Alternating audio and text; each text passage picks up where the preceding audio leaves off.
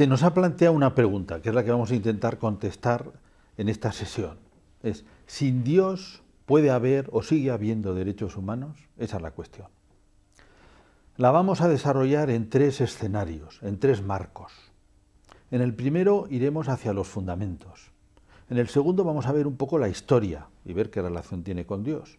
Y en el tercero volveremos a nuestra época y veremos algunos problemas que tiene esta cuestión, algunos problemas planteados modernamente. Muy bien. El primero, decimos, el marco de la cuestión. ¿Sin Dios puede haber derechos humanos? Claro, si esta pregunta se la hiciéramos a un cristiano, de hecho el otro día la hice en clase, nos respondería la mayor parte de las veces, sin Dios en realidad no puede haber nada, porque Dios es el creador. Si quitamos a Dios, quitamos la moral. Si quitamos a Dios, quitamos por supuesto los derechos. Si quitamos a Dios, quitamos el ser, quitamos todo. Claro, esta cuestión de los fundamentos desde el punto de vista religioso se ve muy claro. Dios creador, lo decimos. También esta cuestión de los fundamentos de la realidad es una cuestión filosófica que se ha resuelto de distintas maneras. Claro, en la filosofía vemos las cosas de otra manera. Dios no es lo más evidente es lo que nos rodea. Desde lo que nos rodea podemos llegar a Dios, pero también algunos no han llegado. Si nosotros pensamos al contemplar el orden de la realidad, los distintos argumentos de la existencia de Dios, que existe un ser último, entonces toda la realidad, hay una relación muy fuerte, toda la realidad participa de algunas características de este ser último, especialmente el hombre. El hombre puede ser inteligente porque Dios es inteligente. El hombre puede tener dignidad porque hay un ser superior que tiene una dignidad. En cambio, diríamos, si buscamos o llegamos de alguna manera a pensar en otro fundamento, por ejemplo, que todo viene de abajo, que todo es materia, entonces encontraríamos una dificultad muy grande para hablar de la dignidad del hombre, o para hablar de la libertad, o para hablar de que tenemos algún tipo de derecho. Sería muy difícil justificar la inteligencia, por ejemplo. De tal manera que la cuestión de los fundamentos es muy importante y depende un poco cómo la enfoquemos. Sin embargo, si planteáramos hoy también a un ateo, si él cree en los derechos humanos, nos daría, vamos, la respuesta que tendríamos estadística, la mayoría sería que sí, que efectivamente cree en los derechos humanos. Porque toda nuestra cultura prácticamente, salvo pocas excepciones, creen en los derechos humanos. Y uno dice, pero ¿cómo se puede creer en los derechos humanos siendo ateo? Se parece que no tiene fundamentos. Pues sí, sí que se puede creer. Eso es simplemente la experiencia práctica. Y la podemos analizar también desde un punto de vista cristiano, porque los cristianos creemos que existe la ley natural, es decir, que las cosas tienen una naturaleza que ha sido hecha por Dios y que personas que quizá no alcanzan a Dios, pero se dan cuenta de cómo son las cosas, se dan cuenta que el hombre tiene una dignidad, se dan cuenta de que el hombre tiene una libertad, se dan cuenta de que hay una solidaridad, ¿sí? Encuentran de alguna manera los fundamentos de los derechos humanos. Y se puede decir que la formulación histórica de los derechos humanos en gran parte es como una especie de ampliación de este sentido de la ley natural. En ese sentido hay que reconocerla como un gran beneficio, por más limitaciones históricas o actuales que pueda tener la cuestión. Es una gran cosa, un gran triunfo cultural. En este sentido es interesante la experiencia que cuenta Maritain, Jacques Maritain, que además de saber mucho de este tema de los derechos, un tema que le preocupaba y que tiene estupendos libros, participó en los simposios que prepararon la Declaración Universal de Derechos Humanos de la ONU en el año 1948. Entonces, él recuerda esa experiencia que compartían, es decir, que se podían poner de acuerdo gente que venía de distintas procedencias, musulmanes, comunistas, ateos, cristianos, ortodoxos, variados, se podían poner de acuerdo en las formulaciones, pero no podían hablar, diríamos, de los fundamentos. Lo expresaba uno así, dice, alguien se admiraba de que se mostraran de acuerdo en la formulación de una lista de derechos e ideologías que eran contrarias. Y añade, estamos de acuerdo con la condición de que no se nos pregunte el por qué. Claro, esto por un lado tiene mucha fuerza, porque es la fuerza que tiene la ley natural. Por otra parte, si no planteamos el por qué, queda una cierta debilidad teórica. O sea, el por qué tiene su interés. De hecho, si recordamos, que viene muy a cuento, aquella famosa observación de Iván Karamazov cuando dice, todo está permitido. Sin Dios todo está permitido. Eso es como una especie de reflexión. Sí, quizá nosotros a un nivel sentimental reconocemos los derechos, pero cuando la razón encuentra fundamento puede pensar, bueno, sin Dios todo está permitido, ¿por qué voy a limitarme por estos derechos que me impone un poco mis sentimientos morales? En el fondo, ¿qué sirven esos sentimientos morales? ¿Qué son? Dostoyevsky combatió mucho este nihilismo.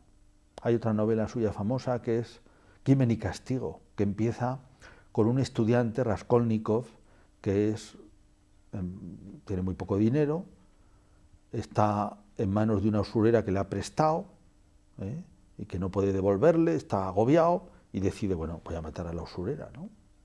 ¿Esto qué importa? ¿Qué derecho tiene a vivir? ¿Qué sentido tiene que viva? ¿Qué más da matarla? ¿Qué pasa si la mato? Sobre todo si no me ven. Claro, digamos, efectivamente hay una captación de la ley natural, pero también el que uno tenga claro los fundamentos tiene su importancia. O sea, hay también una aportación en lo que podría ser una especie como de el peso psicológico que hace uno que se comporte de una manera u otra. Esto mismo se expresa también a un nivel histórico y casi nacional. O sea, ha habido, en el siglo XX tenemos esa experiencia tan terrible, ideologías que quizá desde un punto de vista sentimental serían capaces de decir que sí, que queremos el bien de la humanidad, pero a la hora de la verdad eran capaces de hacer enormes crímenes por lo que se suponía que iba a ser una mejora. No les importaba, no consideraban que los derechos humanos fueran inalienables, que no se pudiera pasar de ninguna manera por encima. Cuando hacía falta se pasaba. ¿Por qué? Pues porque faltaba fundamento. Bien, hemos planteado ya el primer escenario, que nos ha llevado hacia los fundamentos. Vamos al segundo. El segundo decimos que es revisar un poquito la historia. La historia. Eso nos hace ver un poco también qué son y de qué manera Dios está detrás. Al ver la historia vamos a fijarnos muy brevemente, porque esto es prácticamente toda la historia del derecho constitucional, toda la historia de nuestro sistema político. Solo vamos a hacer 3 menciones. Una primera que es lo que es el justnaturalismo. Después hablaremos muy brevemente de la experiencia política del Parlamento inglés. Y en un tercer lugar, de la Declaración de Independencia Americana. Esto nos va a servir para, históricamente, ver de dónde viene la lista de derechos humanos. Bien, el justnaturalismo es un fenómeno de finales del siglo XV, principios del XVI, luego se desarrolla, que es sencillamente ver la necesidad de que el derecho se base en la razón. Hasta entonces, en una época medieval, el derecho en un contexto cristiano se ha basado en gran parte en la teología, en la fe. ¿Por qué las cosas son así? Porque creemos que son así. La parte más importante de nuestro conocimiento viene de la fe. Pero claro, suceden varias cosas. En primer lugar, se entra en contacto con sociedades que no son cristianas y se plantea la pregunta, bueno, pero los derechos, las instituciones que tienen estas culturas, por ejemplo, en la conquista de América, ¿tienen alguna validez? Y se dice, sí, claro, tiene una validez natural, hay unos derechos naturales, que están en el orden social, en el ejercicio de la autoridad, en la familia, por ejemplo, la patria potestad, en la propiedad, no son cosas que se puedan vulnerar de cualquier manera. Eso es el derecho de gente, que sobre todo desarrollan la Escuela de Salamanca, Francisco de Vitoria, Vázquez, después el jesuita Francisco Suárez. Bien, el justnaturalismo, que tiene otro momento importante también, porque claro, en Europa se plantea con la Reforma protestante una división religiosa, también con guerras de religión, con cosas muy traumáticas dentro de una sociedad.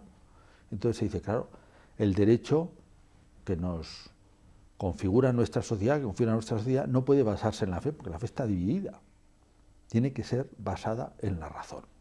Entonces, cuando se plantea esa famosa frase de Grocio que intenta expresar esto, que es un derecho si Deus non daretur, porque está basado en la razón.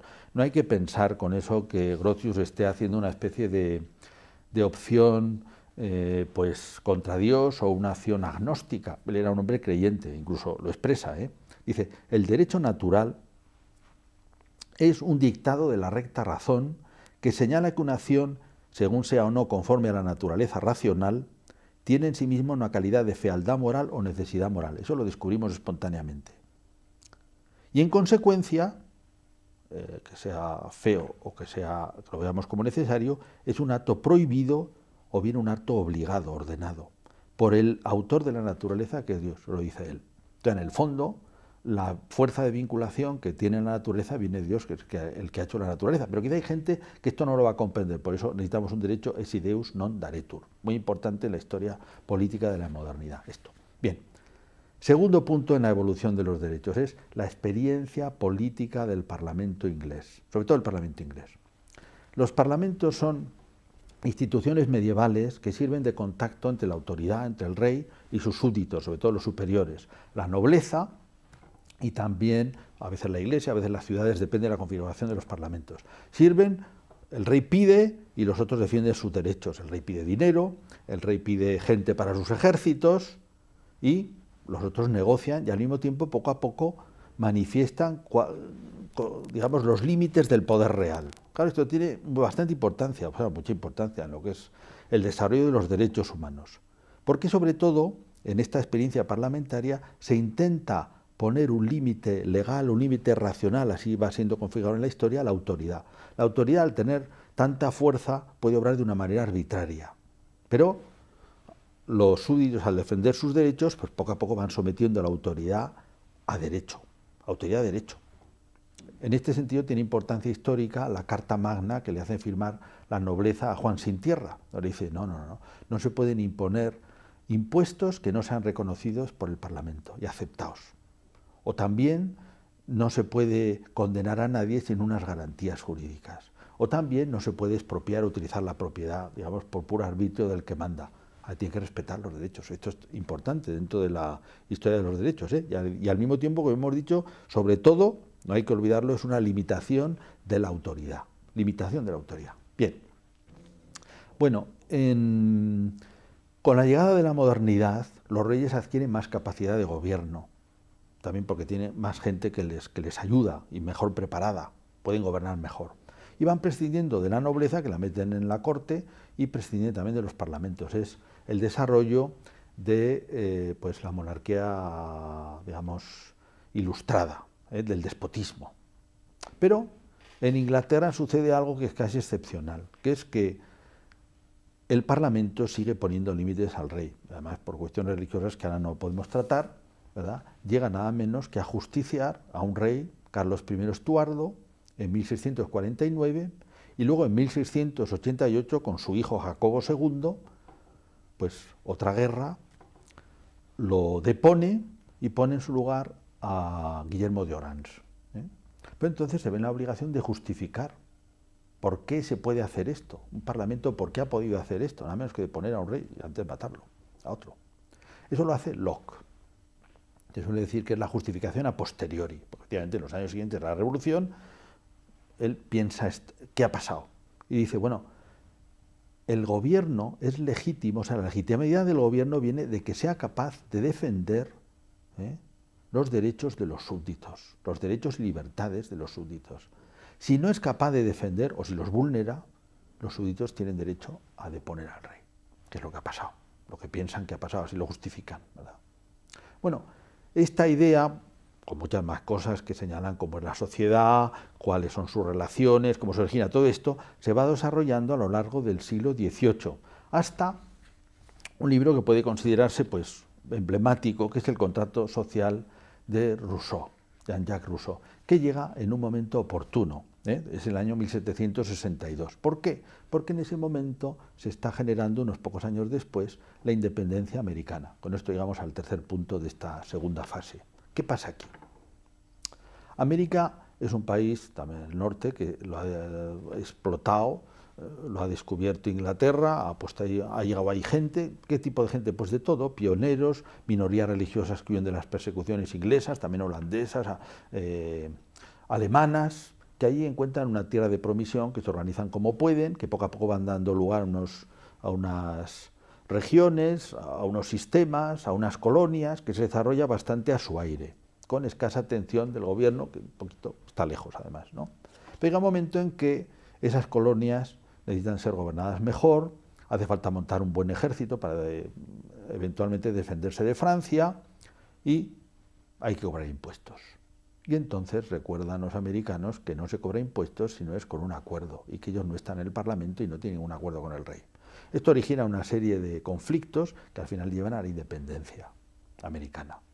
también en este caso la independencia americana tiene que ser justificada. ¿Por qué nos separamos de un gobierno en principio legítimo? Porque deja de ser legítimo. Y lo explican, está muy bien, muy bonitamente dicho en el preámbulo de la Declaración de Independencia, que dice así, en este preámbulo, subrayo tres cosas que dice una detrás de otra. La primera, sostenemos como evidentes estas verdades, dice, que todos los hombres son creados iguales, que son dotados por su creador de ciertos derechos inalienables, y que entre ellos está la vida, la libertad, la búsqueda de la felicidad. Primer punto, hay unos derechos, que aquí señalan los principales, luego los desarrollará. Segundo, que para garantizar estos derechos se instituyen entre los hombres los gobiernos. Los gobiernos están para garantizar los derechos. Recuerda esto, que ya lo había dicho Locke. Bueno, hay más gente, pero Locke especialmente. Y tercero, cuando una forma de gobierno destruye estos principios, el pueblo tiene derecho a quitarla. Y dice, bueno, esto es lo que hemos hecho. Nos hemos independizado porque el gobierno no ha garantizado nuestros derechos suficientemente. Bueno, esta declaración de independencia después es desarrollada en la Constitución, los fundamentos, y también un poco más tarde se hace ya una lista de derechos. Ya se le había, antes no lo he dicho, pero al propio Guillermo de Orange, el Parlamento inglés le había hecho una lista de derechos. Aquí ahora se toman otra vez los derechos más importantes en el año 1791 y se añaden a la Constitución americana. También en ese tiempo se ha producido la Revolución Francesa, 1789, y la Asamblea Constituyente, de entrada, imitando un poco luego a los procesos americanos, aunque en un contexto tan distinto, y con una evolución después tan distinta, pues presenta una Declaración Universal de los Derechos del Hombre y el Ciudadano, estamos en 1789. Bien, después se intentará recoger todo esto de una manera más universal en esa Declaración de Derechos Declaración Universal de Derechos Humanos de la ONU del año 1948. Bien, esto brevísimamente es la historia de los derechos. Y volvamos a la pregunta inicial. ¿Sin Dios sin Dios sigue habiendo derechos humanos? La historia que hemos dicho, ¿qué nos enseña? Pues que el justnaturalismo se basa en la convicción de que Dios ha creado la naturaleza y que el hombre de ahí puede obtener el percibir cuáles son los derechos. Después, el que aquellos que hicieron estas declaraciones de independencia, sobre todo los americanos, son personas que desde luego creen en Dios.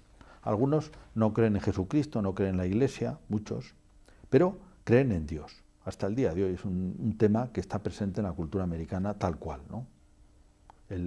Incluso está puesto en el texto de la Constitución, los hemos dicho, sostenemos como evidentes que todos los hombres son creados iguales, que son dotados por su creador de estos derechos.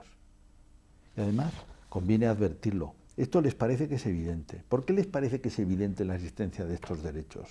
Bueno, pues porque, podríamos decir, porque proceden de un marco cristiano. Entonces, dentro de eso, estas personas que a veces están alejados sentimentalmente de la Iglesia o del cristianismo, aunque creen en un Dios, pues les parece evidente que hay una dignidad humana, les parece evidente que hay una igualdad humana, les parece evidente que tiene que haber una solidaridad, esos lemas de la Revolución Francesa, libertad, igualdad, fraternidad, bueno, son lemas cristianos, que parecen evidentes a todos estos porque son gente en el fondo con un trasfondo cristiano cultural muy fuerte. Bueno, son tan evidentes, esto nos da paso al tercer escenario. Nos acercamos ya a nuestra época. Bueno, pues es la única opción, diríamos, cuando llega el siglo XIX aparece un personaje singular que es Nietzsche, que va a suponer una especie como de revolución mental en este punto. Nietzsche era un hombre que se había acercado a la cultura griega, a la tragedia griega, le interesaba mucho, se había, diríamos, enamorado, emocionado con esos personajes llenos de impulsos, llenos de vitalidad, llenos de esa épica griega, ¿no?, del hombre victorioso. Y, por contraste, percibe estas sociedades burguesas como unas sociedades enormemente mediocres. Dice, pero ¿aquí qué ha pasado? Aquí lo que ha pasado es que, diríamos, que se ha creado una especie de moral que ha rebajado lo que es el hombre. ¿Por qué no hay héroes? ¿Por qué la política no es de héroes? Porque la han rebajado. ¿Y cómo es que la han rebajado? Dice, bueno, esta es una moral que han creado los esclavos, los inferiores, para someter al superior. Por eso no hay superiores. Ahí está la genealogía de la moral. ¿eh? Una moral de esclavos, que nace del resentimiento de los inferiores hacia el superior. Dice, no, todos somos iguales. No somos iguales, pero se lo hacen creer al superior. Entonces, ¿qué hace falta? Pues liberar esto. Entonces, Nietzsche es partidario de difundir esa muerte de Dios, de ese Dios cristiano que es el garante de todo esto. Hay que demostrar que está muerto, así recuperaremos la libertad del hombre. Solo si demostramos que Dios ha muerto. Bueno, es interesante con el argumento que venimos tratando esto, porque nos dice, bueno, vamos a ver, aquí lo que pasa es que si efectivamente quitamos a Dios, a ese Dios que no le gusta a Nietzsche, lo que pasa, decimos, ¿recuperamos la libertad? No, no, no, la libertad solo la recupera el superhombre, los demás esclavos. Es como el argumento en contra, ¿verdad? Sin Dios no hay derechos humanos, digamos, el único que tiene derechos es el superhombre, que en realidad no se puede dar, de manera que los hombres permanecemos esclavos. Bueno, el tema como es sabido, aparte de que tiene una influencia en lo que se llama el existencialismo ateo del siglo XX, en Sartre o en Heidegger, también es recogido por la ideología nazi, que dice, bueno, nosotros somos los héroes, nosotros tenemos un planteamiento heroico frente a estas democracias burguesas mediocres, nosotros tenemos una moral del triunfador. Además tenían una cierta rama, una cierta acogida de lo que puede ser un pensamiento ideológico evolucionista. Nosotros somos una raza superior, tenemos más derechos, tenemos el derecho a ocupar un espacio superior, tenemos derecho a someter a los que son inferiores. Eso es lo que pasa en la evolución, ¿por qué no va a pasar entre los hombres? Es la misma ley. Claro, el nazismo pierde la guerra frente a esas democracias burguesas mediocres y entonces todo lo que defendía queda un poco disuelto culturalmente y además estigmatizado, afortunadamente, ¿no? Profundamente inhumano. Pero cuando ya nos acercamos a nuestros días nos damos cuenta que también los derechos humanos siguen amenazados, por lo menos por 3 puntos que digo muy brevemente.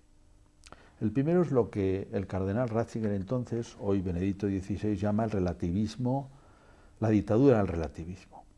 Como consecuencia de estas exageraciones de las grandes ideologías del siglo XX, los grandes discursos, ha quedado una especie de prevención ante las grandes verdades, ante las verdades fundamentales.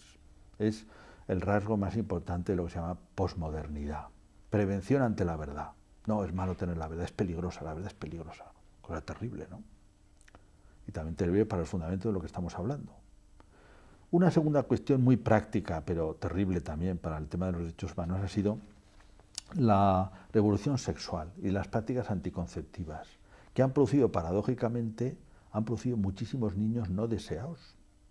Es todo tan fácil que al final hay muchos niños deseados. Tantos niños no deseados han producido un aborto masivo, como no se ha producido nunca en la historia de la humanidad.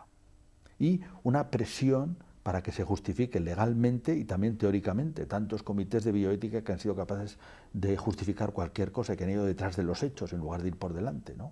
A eso se añade toda la experimentación de tipo reproductivo, también deforma mucho estas cuestiones. Bueno, y el tercer punto es, aunque desapareció ese planteamiento, digamos, de una ideología pseudocientífica de las razas superiores, hoy sigue habiendo, y está muy extendido además, tiene un cierto fundamento, en parte falso, ¿no?, que es una ideología evolucionista, que dice todo lo que existe en el mundo animal, pero también todo lo que existe en el mundo humano, procede de la evolución. O sea, ¿y por qué se justifica? Se justifica, o sea, ha nacido por una ventaja adaptativa. Los peces tienen escamas porque ha aparecido esa ventaja y se ha impuesto porque supone una ventaja adaptativa. Y el hombre, por el mismo hecho, se ha producido espontáneamente la inteligencia y se ha extendido porque es una ventaja adaptativa. ¿Qué es mejor? Pues para los peces es mejor tener escamas y para los hombres es mejor tener inteligencia. ¿Es superior? No, no. Propiamente no hay superioridad, propiamente no hay una dignidad. Y claro, se plantea la cuestión de por qué los animales no van a tener derechos, igual que nosotros. Sí, en el fondo son frutos de la evolución igual que nosotros.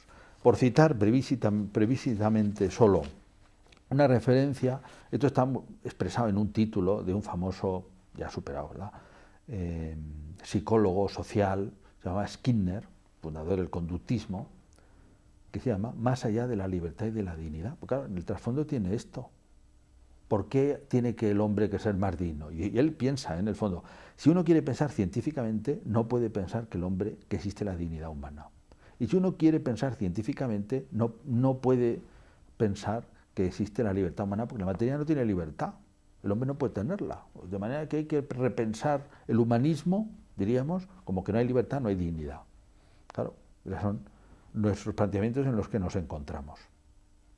Por terminar, en el año 2004, en la Academia Católica de Baviera, hubo una reunión, un diálogo entre un pensador político alemán que se llama Habermas, muy famoso, y el cardenal entonces Ratzinger. Y hablaron precisamente de cuáles son los fundamentos políticos, fundamentos morales, prepolíticos del Estado liberal.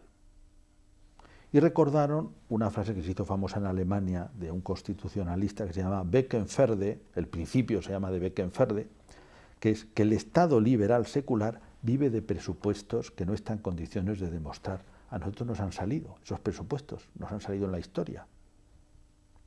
Entonces, el cardenal Ratzinger hacía esta interesante comparación que lo resume todo. La modernidad nació pensando en un derecho que fuera capaz de subsistir et si Deus non daretur.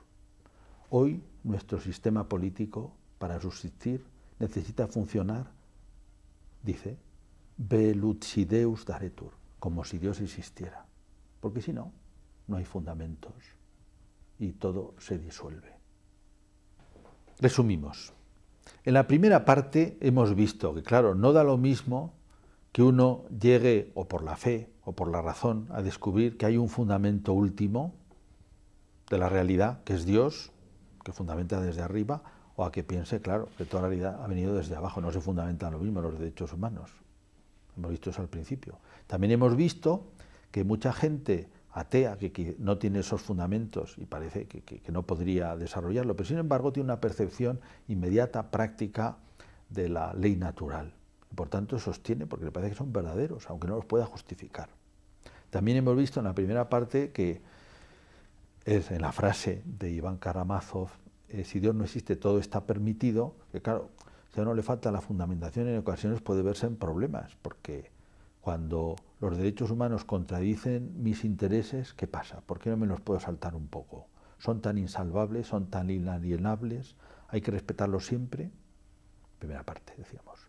En la segunda parte hemos recorrido la historia y hemos visto el justnaturalismo, donde aquellos autores veían que, claro, podemos descubrir el derecho en la misma naturaleza, porque en la misma naturaleza está, lo ha puesto Dios. Y hemos visto también cómo aquellos que hicieron la independencia americana y formularon todas estas cuestiones, también el propio Locke, que tenían una mente cristiana, les parecía evidentes los fundamentos, o sea, la dignidad del hombre, la libertad, la igualdad, la fraternidad. Y eso está en la base de nuestro sistema político. En la tercera parte hemos visto cómo esto es contestado por Nietzsche, es contestado también por la práctica del aborto, es contestado por estas ideologías científicas, porque los cristianos podemos creer en la evolución, pero no en una evolución que viene desde abajo y que es la causa de todo. Y hemos completado al final con esto. La modernidad nació et si Deus non daretur, pero efectivamente para sostener hoy las convicciones que están en la base de nuestra convivencia política, de nuestro sistema, de nuestra organización social, hay que suponer que hay un fundamento, velut si Deus daretur, como si Dios estuviera.